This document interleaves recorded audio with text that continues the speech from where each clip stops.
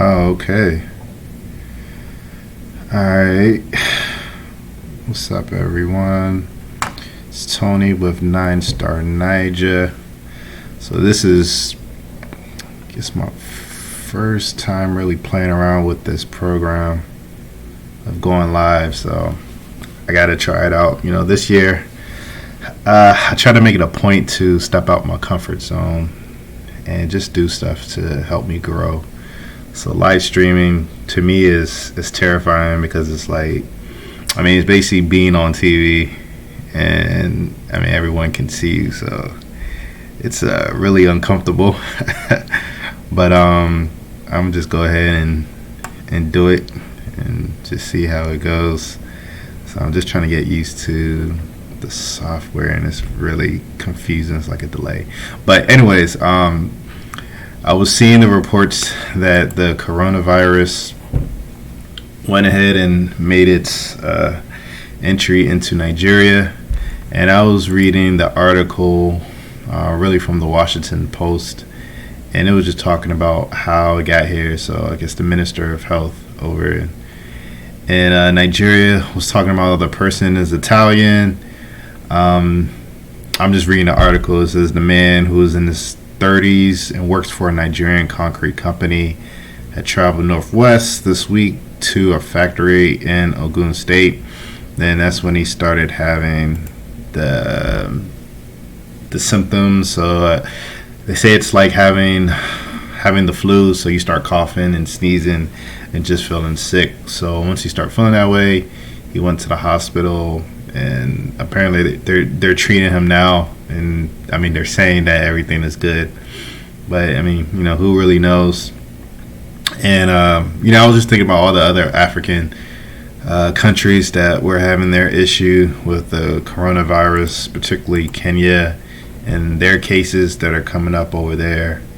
And that's bad in of itself, but I also started paying attention to Western media. And I started noticing a pattern, especially with Bill Gates. They all seem to be, I feel like they're trying to prophesy gloom and doom on African nations. Like every time when they talk about the coronavirus, they say, oh yeah, millions are expected to die in Africa, and such a big population, they're not ready for it. Everything is, hell's just gonna break loose over there. And it's almost like they're wanting it to happen that way. Like you're just, it's one thing to be concerned, but I don't know. It's like they're just too energetic about the whole situation, about it coming to Africa, especially when it first happened in China, and Bill Gates just came out his way to say, okay, I'm gonna donate billions of dollars or like a million, whatever amount, to help Africa. And it was like there was no cases in Africa, so it's just like, damn, it's like, why are you, kind of insinuating that it's going to be horrible? I saw some reports that was just like it doesn't happen in Africa because the weather is too hot, so it doesn't really, I guess it doesn't really survive. And I heard another report saying that black people are immune to it, that it can't really affect us. Everyone is saying everything, but I haven't really heard about any cases of African people dying from it. So I guess that's good. It is good if that's the truth. But when I see these issues happen in Nigeria, especially with the Ebola, it just makes me think about how like any negative thing can just impact our society so bad to the point where it's crushing us, and that's not a good place to be in. You should always be prepared for the unexpected, and should be prepared for anything that comes against just like good quality life. And it's sad that we don't have confidence in our government to do something. Now, in this situation, it seems like everyone is calm. I don't really feel like there's a sense of panic like that in Nigeria. It appears that they're doing whatever it takes to keep everything under control. One thing I did notice them saying in this article was that so the guy was on the plane and they're trying to find other people that might have had contact with him, and they're trying to track him down. And it kind of reminded me how poor record keeping is in Nigeria when it comes to paperwork or really electronic files. They're not good at doing it. That's an area that really needs improvement. So when situations like this occur, you can only imagine how long it will take for someone to go to the hospital, for any sicknesses or illnesses, or how long it's going to take to even track someone down. Like, there's so many people in Nigeria. How are they going to find those people? Do they have, strong records? It's just, how can they do it? And then I started thinking about the other side. This is Nigeria. So I feel like if someone is having symptoms, I'm trying to just be realistic. I see it as if someone has symptoms and they try to go to a hospital in Nigeria, the first thing they're probably going to ask is, okay, do you have money? I feel like they're just, they're going to ask, like, okay, it's going to be this much to treat you. It's going to be this much naira. Okay, where's your money? And then if they say they don't have it, then they'll probably like, oh, you got to go, or something like that. I hope that doesn't happen, but medical services in Nigeria is very hard to come by at a reasonable price. If especially if you're there, your salary is not where it needs to be, or your income is just not there. It's going to be tough to take care of medical issues.